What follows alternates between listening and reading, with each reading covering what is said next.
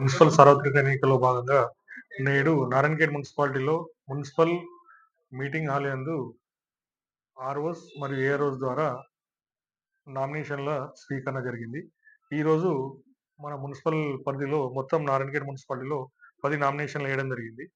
10 నామినేషన్‌లో ఒకటో వార్డులో 4, మూడో వార్డులో 1, ఎనిమిదో వార్డులో 1, తొమ్మిదో వార్డులో 2, 11 వార్డులో 1, 13 వార్డులో 1, మొత్తము మనకి 10 నామినేషన్లు ఈరోజు స్వీకరించడం జరిగింది.